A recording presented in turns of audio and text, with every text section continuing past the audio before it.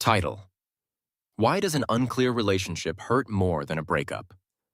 Love Psychology. Introduction. There are relationships, not lovers, but not strangers either. The two still text every day, still care for each other as if very important.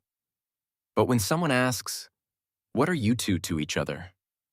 both remain silent, or just laugh it off. This is what people often call a relationship without a name. No one says goodbye, but no one has the courage to call it love either. And strangely enough, it is precisely these unclear relationships that hurt people more than a breakup, because a breakup at least has an ending. But here, you just stand in a place that is close, but does not belong. Part 1. Why relationships remain unnamed. Many unnamed relationships begin with very real feelings. Two people may like each other.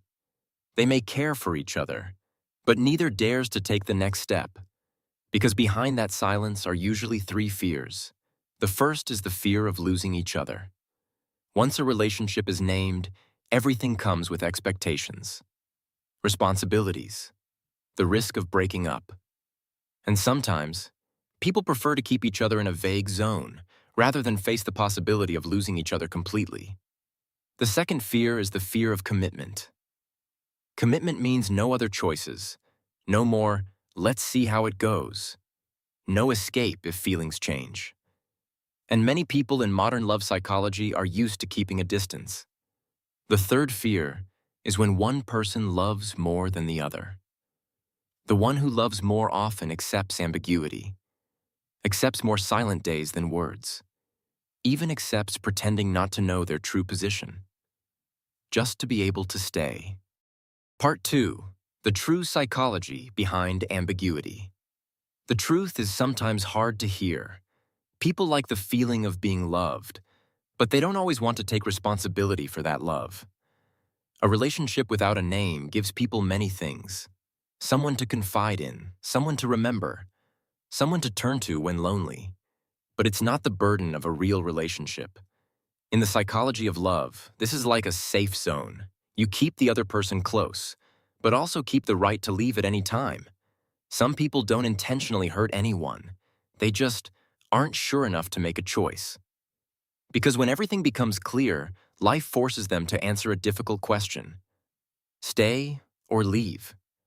And so they choose the easiest way: keep everything in between. Not moving forward, but not letting go either. Part 3. The price of ambiguity. But no ambiguity comes for free. The first price is time. Time passing through messages, meetings, small hopes that one day everything will be clearer. The second price is self-esteem. When you get used to waiting, used to not being a priority, used to feeling close, but not belonging, you gradually lower your own value, and the greatest price is faith in love. One day when looking back, you may realize that you have given so much emotion to something that never truly began. Not because you were foolish, it's just that you believed that patience would make someone realize your worth. But sometimes, prolonged silence is not an answer yet to come.